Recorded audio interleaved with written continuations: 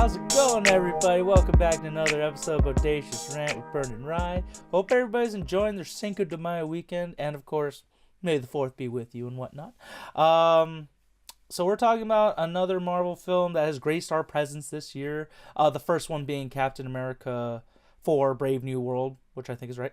And this one is a movie, again, very on the fence about, kind of on the fence about Marvel in general, just because they've been very inconsistent the last several years. Like, my last really favorite one was Guardians of the Galaxy 3 from 2 years ago already, which is crazy. But we are talking about a movie that was a huge surprise, which is Thunderbolts, a little asterisk at the end of it, starring Florence Pugh, David Harbour, Hannah Kamen. I forgot her last name. I apologize.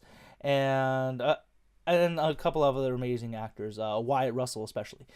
This is a non-spoiler review, everyone, so we're not going to get super into it or anything. So if you do like the video and if you like the movie, or if you just like seeing us all the time, feel free to give us that thumbs up and ring the bell for notifications. And, of course, subscribe to keep joining our Bodacious ranting crew, as you will.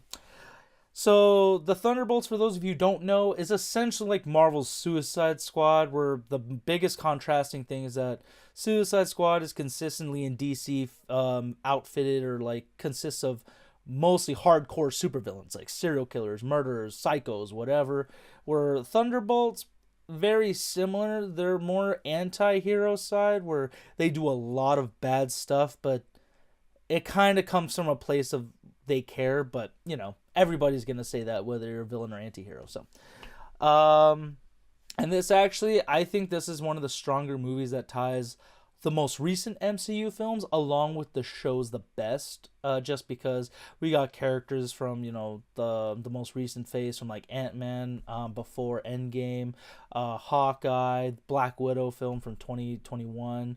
So I think this one did a really good job. Honestly, this was a big surprise in the fact I didn't realize it was going to be this good or well told story-wise. Like, and just also very much like what Sinners did with, you know, cultural appropriation, this one tackles mental health and kind of how you combat that with just, you know, surrounding yourself with the people that you care about or people that care about you, kind of thing. So I really enjoyed it. I did not expect it to have such a strong message. But Bern, what did you think about this movie? Yeah, I'm really surprised by this one as well. Like you, I've become a little bit more demystified with a lot of Marvel projects lately. You know, there are still good ones here coming, you know, every once in a while, but it's not as consistent as we've gotten in the past. So, you know, this one coming off the heels of Captain America 4, which was overall a disappointment. It was hard to be too excited for it, but at the same time, I also was excited because of the creative team involved, obviously the actors involved, and it seemingly looking like it was going to be a little bit of a different approach. And I'm glad that I'm glad to say that this was a very different approach, and it's a little bit more of a mature approach than I think we've gotten from Marvel movies as a whole. And I think it does a really good job of setting itself apart in that way, where it's not so much about the superheroism of it all, but it's more about the characters and their issues and what they're dealing with on a personal level. And I was very surprised by that, because usually we don't get a lot of these smaller scale personal stories in movies like this. You know, you would think it would be something along the lines of a Disney Plus series or something like that, but to get a big budget, high quality production centered around, like you mentioned, mental health issues and things like that, and really digging into these characters, I came away from this really having been like just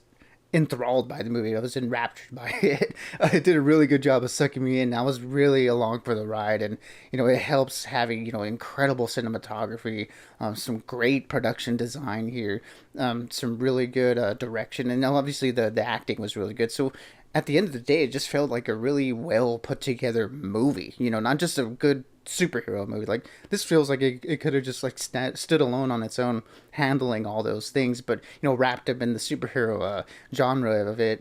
It was a little bit more flashy in that sense, where you can sort of touch on these topics in a little bit more of a bigger and a more flamboyant way, while still maintaining the level of seriousness that these topics need when they're being told. So yeah, I'm really surprised to be talking about a Marvel movie like this. No, yeah, I think you hit on the nail perfectly, Bernie. That this is one of those movies like kind of what the Russo brothers did with like Winter Soldier, Civil. Well, not necessarily Civil War. That was definitely a little bit more like that. But like Winter Soldier, this movie doesn't necessarily feel like a superhero movie, or you don't have to think about it that way. If this literally was any other movie about maybe like Black Ops agents or anything like that, this would work perfectly for that still too. Um, Definitely, I know people have been making the comparison to like Suicide Squad. Definitely way better than the 2016 version, not even by question. Compared to James Gunn's version from 4 years ago, I would say they're both very good, about the same. Just very like just kind of different style. Like that one was definitely more comedic. I would say more blockbuster. Where this one, because of the cinematography, the message it was trying to say, and even and the way the actors really their chemistry and their dialogue, it definitely felt like a more upscale, like almost like an art house film, but not super artsy where it's like, oh, I feel like I have to be sophisticated to understand, like not like that. But um well, aside from that, with a couple character designs I did not care for, kind of with the plot, or just basically some things they did with a couple characters and stuff. I just didn't really care for it. But overall, such a great movie. The effects were pretty consistent overall too. Definitely not like some of the other movies like Thor 4 and stuff that had like questionable effects. This one was pretty good. Um, I'm gonna give this one a 4 out of 5 just because it had a lot of good, like just kind of, how do I put this? It just honestly just a very well put together film, both plot wise, production wise. Definitely worth watching. I saw it in Dolby. I do want to go see it again in IMAX because it's a pretty big movie, so you definitely want to check that out. But definitely one of the few I would recommend right now.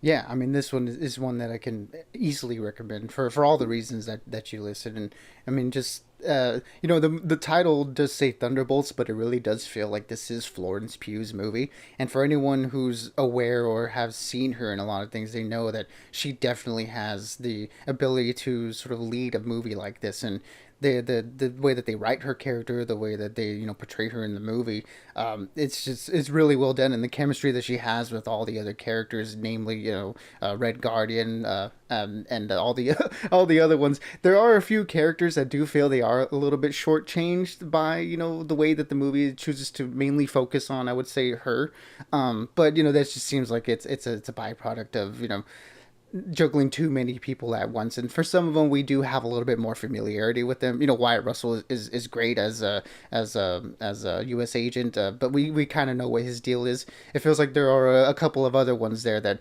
I feel like should have gotten a little bit more. But the main focus, with seeing this movie through the character of Yelena's eyes, that I think was a really smart choice. And we get the added fun stuff with like Bucky and I feel like the other character that I do also want to mention is Bob, played by Lewis Pullman. Incredibly well done, acted, written, well directed. Can't say too much about that character, unfortunately, but the way that they tie that all in. Again, this movie just ties in everything in a great way. Like you mentioned, that it feels like it almost be like an art house movie in terms of the characters, their stories, the overall theme of this movie, paired with the direction and the cinematography. All of it just working together to tell this story. It feels like it's all, like you said, really just well put together movie, and it's nice to be able to talk about a Marvel movie like that.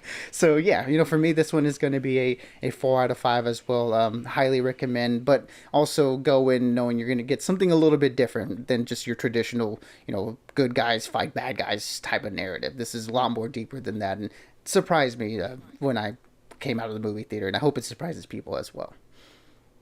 Yeah, like I said, I did not expect to enjoy that movie or for it being as again as impactful as like very insightful as it was. So yeah, 4 out of 5 from both me and Byrne. Definitely, again, we both recommend checking out the theaters, and if you can't, no big deal. I'm sure it'll get on Disney Plus eventually. But until next time, everybody. Like I said, I hope everybody's enjoying their Cinco de Mayo / Star Wars weekend.